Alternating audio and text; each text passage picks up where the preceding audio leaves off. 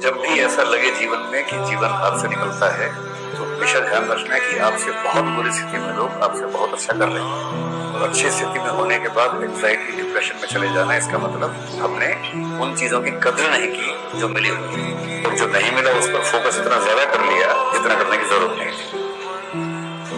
Stop listening to too much motivation. Stop listening to too much shorts, reels. Stop listening to random quotes and all. They are not going to change your life. वो नहीं बदलेगी भाई तेरी जिंदगी। सब बंद कर, अपना पेन पेपर उठा, कमरे का दरवाजा बंद कर, फोन स्विच ऑफ कर, लोगों से मिलना बंद कर और लिख अपने गोल बैठ के तू क्या अचीव करता है, और फिर लिखने के बाद उसकी पर्ची बना के अपने जेब में रखो, पागल हो जाओ उसके लिए। फिर उसके बाद ना तुमको मोबाइल चाहिए होगा, उसके बाद ना तुमको बहुत फ्लैशी कपड़े चाहिए होंगे बहुत, उसके बाद ना तुमको कोई कार चाहिए होगी, ना पापा के पैसे की बाइक चाहिए होगी, हर एक चीज चाहिए होगा। उसके पीछे जी तोड़ मेहनत करके लग जाओ और उस जर्नी को एंजॉय करो। सबसे बेहतर आपको अपने साथ रहना अच्छा लगने लग जाएगा ना, जिस दिन आपको बाहर की खिड़कियां देखने का मन नहीं करेगा, अंदर की खिड़कियां मन करने लगेगा देखने का, उस दिन आप पाएंगे कि एकांत बहुत बड़ा सुख है, ये दुख नहीं है, बहुत बड़ा सुख है। बुद्ध को, महावीर को, इन सबको अपने पूरे समाज से दूर भागना पड़ता था एकांत में, ताकि वो खुद को समझ सके, रियलाइज कर सके। आपाधापी वाली जिंदगी में इतना आसान नहीं होता है एकांत मिलना, ये तो एकांत बाई कंपल्सन मिल गया है हमें। दुख होता है, बेचैनी होती है, सही बात होती है, लेकिन उसके बाद भी इसका फायदा उठा रहे हैं। जैसे अगर आपने सुना हो एक पद्धति विपश्यना पद्धति है, जिसमें 9 दिन तक लगातार चुप रहना होता है और साथ में कुछ क्रियाएं करनी होती है, ध्यान करना होता है। मैं तो अब तक उसमें नहीं जा पाया हूँ, लेकिन मेरे जो मित्र वहां गए 2-3 बार गए, मैं उससे पूछता हूँ तो वही बात हमेशा कहते हैं कि वहां जाएंगे तो फोन किया। दुनिया ना केवल कामयाब को पूछती है। एक माँ बाप के अगर 2 लड़के, एक सफल एक असफल, तो माँ बाप एगो को रोटी देगा, एगो के रोटी में घी लगाएगा, खाओ खाओ खाओ, खाते नहीं हो आजकल, खा और टुकुर टुकुर देख रहा है, हमको भी पूछ लो। इस पृथ्वी को हमेशा अगर अच्छे लोग नहीं मिले, बुराई इस पृथ्वी को खा जाएगी भाई। ध्यान रखना, जब जब समझदार सच्चे और अच्छे लोगों ने सत्ता छोड़ी है, वहां पर वो आके बैठे हैं जिन्हें कौरव कहा जाता है। मौजूद रहो, अपना अस्तित्व बचाने के लिए आपको अपने जीवन में सच्चाई और अच्छाई को स्थापित करना होगा। नौकरी करने वाले 8 घंटे से पहले ही 7वें घंटे में ही घड़ी देखने लगते हैं।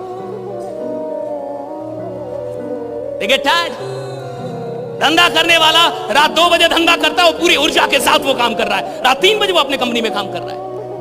अगर मोहब्बत होगी तो मेहनत थकाएगी नहीं, और अगर मोहब्बत नहीं है तो मेहनत तुम्हें कभी बड़ा बनाएगी भी नहीं। राइट, ये हमेशा याद रखें कि दिल की बात जो चूज करते हैं ना, जैसे मैंने की, अगर यहाँ के कोई यंग नौजवान लड़के लड़कियां बैठे, वो तो उनको तो बहुत अच्छा लगेगा कि चलो ये छोड़ देते मेन स्ट्रीम करियर। लेकिन कई बार सच्चाइयां भी होती है, और सच्चाइयां होती है कि घर में EMIs होते हैं, लोन्स होती है, फाइनेंशियल लायबिलिटीज होती है, कई बार बीमार लोग होते हैं जिनके खर्चे होते हैं, और उस रियल लाइफ नीड्स के लिए पैसे लगते हैं। तो मेरी उन सबके लिए एक राय है कि आप लोग ना अपना मेन स्ट्रीम करियर अभी नहीं छोड़िएगा। खाली पेट और खाली जेब इंसान को जो सिखाते हैं वो किसी यूनिवर्सिटी कॉलेज में नहीं सिखाया जाता। तो कहते हैं कि मौत भी तू जल्दी आया कर गरीब के घर में, कफन का पैसा भी खर्च होता है दवाइयाँ खरीदते खरीदते। क्या बात। खानसर की खासियत, मेरे गुरुजी का आदेश था कि कठिनाई आपको तभी तक दिखेगी जब कठिनाई को देखोगे। तो एक छोटा उन्होंने मुझे बताया, पूछा कि इस कमरे में लाल रंग कितनी जगह है, देखो आप भी एक बार जरा देख के बताओ। तो 7-8 जगह लाल रंग दिख रहा है यहाँ पे आपको, 1 2, वो लाल रंग टी शर्ट पे 3 4 5, ये लाल हो गया 6, उधर लाल हो गया 7, एप्पल लाल, बिल्कुल ठीक 7।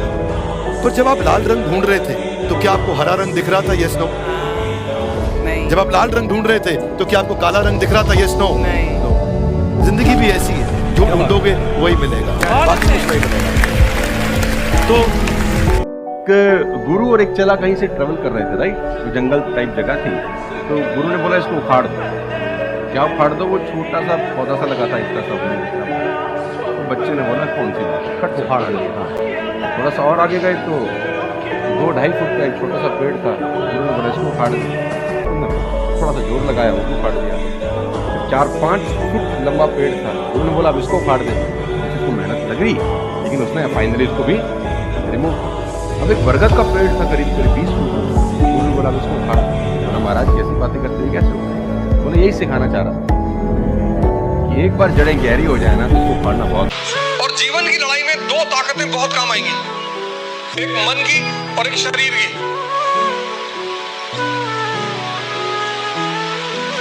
तुम जब भी ऊपर उठोगे तो ये ग्रेविटी तुम्हें नीचे खींचेगी ना, ऐसा समाज की ग्रेविटी है। हम जब आईएएस की तैयारी करने गए तो हमारे गांव में हर आदमी, मतलब एक साहब तो हंसना शुरू किया उन्होंने और हंसते हंसते गिर गए वो। उन्होंने मुझे पूछा दिल्ली क्यों जा रहे हो?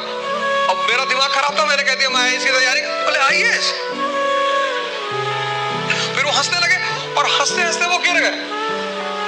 और उस हंसी का इतना रोल रहा मेरे जीवन में, मतलब उस हंसी ने मुझे एकदम मजबूत कर दिया था कि अब आईएएस ही बनना है। उस दिन मुझे एहसास हुआ कि महाभारत क्यों हुई। मैं एलकेजी से लेके एलएलबी तक मॉनिटर था, तो मुझे अहंकार था अपन में कुछ तो है, इसीलिए तो मॉनिटर बनाया होगा। बाद में पता चला असली मॉनिटर बनाया था। क्लास के सबसे शैतान बच्चे को मॉनिटर बना दो, उधम ही नहीं करेगा। उस दिन अहंकार चूर चूर हो गया। उन चीजों के लिए खुद को कोसना जिनके बारे में हमें लगता है कि हमें पहले से पता होनी चाहिए थी। अगर इस दुनिया में एक भी इंसान आपके ऊपर ब्लाइंडली ट्रस्ट करता है तो उस ट्रस्ट की क्या वैल्यू है? प्राइसलेस।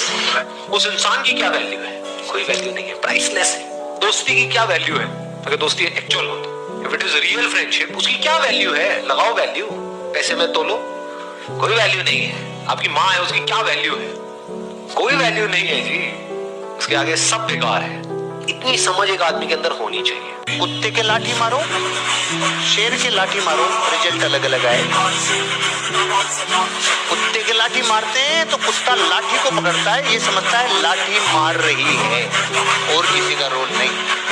और इसके मार के देखो, लाठी की तरफ देखेगा भी नहीं, किधर से मारी जा रही है, कार्यक्रम समाप्त। इसके बापू है वो चोट वहां करता है जहां से गंगोत्री निकलती है। ऐसा डायरेक्ट। जो बच्चे क्लास में कुछ भी नहीं करते थे, पढ़ाई नहीं करते थे, शैतानी नहीं करते थे, तो मूर्ख टीचर ये बोलते थे ये साले किसी काम के नहीं है। अब उनको क्या पता भारत के सारे टोल टैक्स वही चला रहे। जब भी कोई बड़े काम कराने होते हैं उन्हीं को लिया जाता है। कहाँ पढ़े लिखों की जरूरत होती है उस टाइम पे? कोई भी बिना फालतू के पृथ्वी पे नहीं है, सब काम के हैं, सब जरूरत है।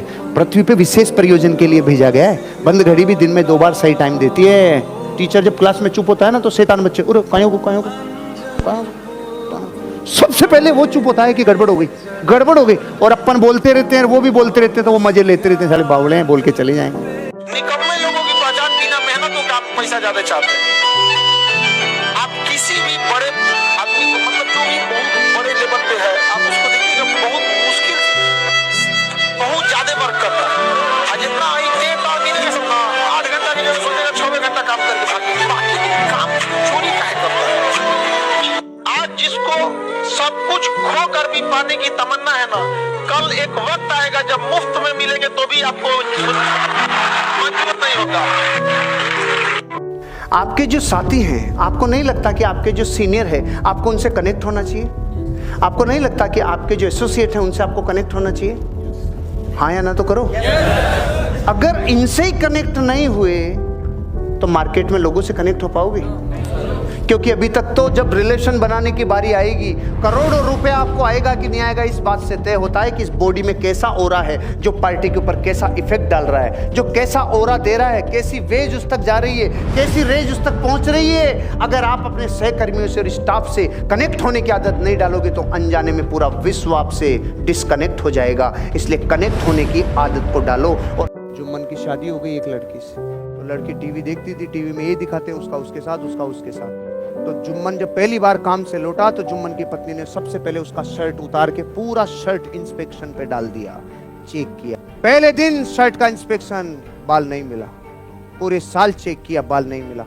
10 साल बाल नहीं मिला। 20 बरस बाद भी जब बाल नहीं मिला तो एक दिन अंतिम निर्णय पे पहुंची। जुम्मन मैं समझ गई। क्या समझा? तेरा चक्कर किसी गंजी लड़की के साथ है। 20 बरस तो उस देवी ने अपने वो खराब किए, और 20 के बाद भी जिस निर्णय पे पहुंची, ये नहीं पहुंची कि जुम्मन निर्दोष है, लड़की गंजी है। जिसकी धारणा में गलत चीजें बैठ गई, जिसके मुंह में नमक की डली दब गई, उसको रसगुल्ले का स्वाद नहीं आएगा। में से एक बच्चा होता है जिसको पढ़ने में मन लगता है। 99 बच्चों को बोलना पड़ता है नालायक अब तो पढ़ लिख कर एग्जाम। 99 बच्चों को मन नहीं करता। जीवन का आधा हिस्सा मजबूरी से काम करते हुए गुजरता है। और कई लोग जब नौकरियों में आते हैं तो भी मजबूरी से नौकरी करते हैं। दुकान खोलते हैं मजबूरी में खोलते हैं, धंधा कर रहे हैं मजबूरी में कर रहे हैं, यहां तक कि साला शादी भी की तो अब आप समझ रहे हैं बच्चे भी किसने पैदा हुए होंगे। Getting my point? ये सारे काम तो मजबूरी के हैं। तो धंधा कर रहा है मजबूरी में, काम कर रहा है मजबूरी में, शादी की मजबूरी में, बच्चे पैदा की मजबूरी में, पाल रहा है मजबूरी में, तलाक नहीं दे रहा